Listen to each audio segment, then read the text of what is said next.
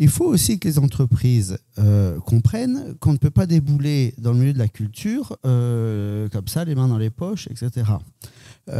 Fabrice parlait de sponsoring. Il faut bien comprendre la différence entre le sponsoring et le mécénat. Ce n'est pas du tout la même chose. Le sponsoring, c'est quand vous donnez de l'argent et en échange, vous avez votre nom sur la voile ou votre nom sur un t-shirt. Le mécénat, il n'y a pas de contrepartie. Vous mettez de l'argent, mais vous n'attendez pas, sinon la gloire, vous n'attendez pas de retour direct, concret, financier, chiffrable, etc. Ce n'est pas du tout la même démarche. Bon. On ne peut pas accepter aujourd'hui qu'une entreprise sollicite un plasticien pour faire une murale ou n'importe quoi en lui disant « ça va te faire de la publicité ». Non, non, c'est un travail, ça se paye. Bon. Aujourd'hui, de plus en plus de plasticiens à la Martinique sont inscrits à la DAGP, qui est une maison collective de droit, l'équivalent pour les plasticiens de la SACEM pour les musiciens, et qui donne droit à déclaration, à rémunération pour toutes sortes de choses, l'exposition, la reproduction, etc., etc. C'est une nécessité, c'est ça, c'est le gagne-pain des artistes. Et si on veut avoir un tissu d'artistes qui fonctionne bien, sain, il faut que ces artistes-là soient rémunérés à leur juste valeur.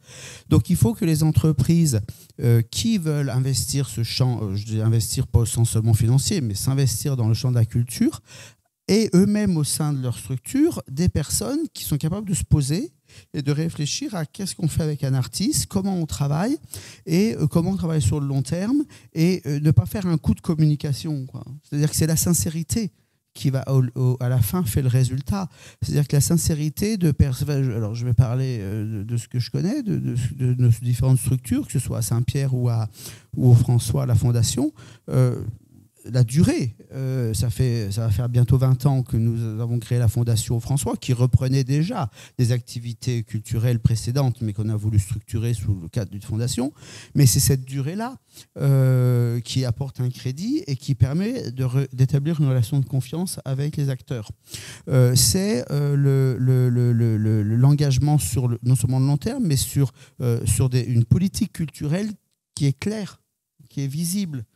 Et non pas des one-shots, parce que ça c'est très court, c'est très éphémère. Et puis, des personnes au sein de la Fondation, dans notre cas, nous sommes à peu près aujourd'hui, pour Fondation, 4-5 personnes équivalent plein temps, qui sont professionnalisées, qui font ça tous les jours et qui sont capables d'avoir des discussions, des échanges, des débats avec les professionnels. J'ai l'habitude de dire un peu chez GBH, vous avez la moitié de mes collègues sont des comptables et l'autre moitié sont des vendeurs. C'est charmant, c'est notre gagne-pain, surtout que rien ne change. Mais si vous confiez la culture à des comptables et à des vendeurs, vous allez avoir une logique extrêmement rigoureuse, mais qui va peut-être passer à côté des enjeux de la culture. Voilà. Donc le fait de créer une structure à part, ça a permis de séparer les enjeux, même si nous puisons dans les savoir-faire, les ressources, le management, toujours, c'est essentiel. Mais il faut séparer un petit peu les choses et Claire ne m'en voudra pas si je dis qu'on ne peut pas gérer la culture par la communication. C'est la communication qui est au service de la culture et non pas l'inverse. Sinon, ça ne va pas durer très longtemps. On n'aboutira à rien de vraiment très sérieux.